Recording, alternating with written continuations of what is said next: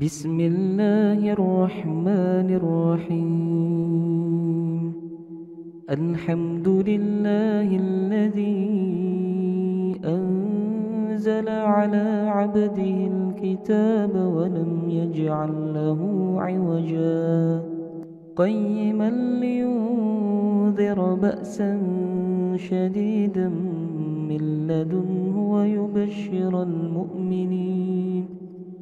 ويبشر المؤمنين الذين يعملون الصالحات أن لهم أجرا حسنا ماكثين فيه أبدا وينذر الذين قالوا اتخذ الله ولدا ما لهم به من علم ولا لآبائهم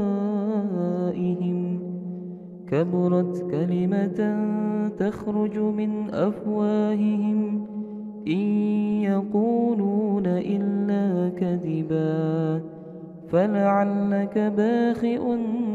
نفسك على آثارهم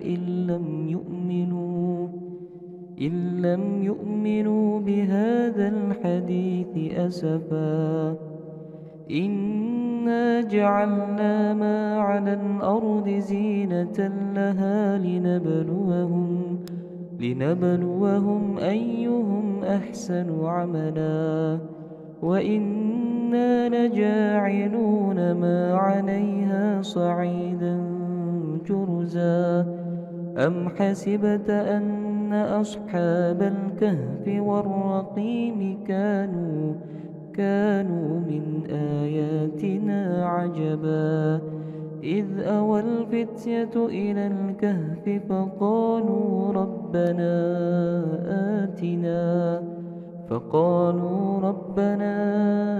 آتنا من لدنك رحمة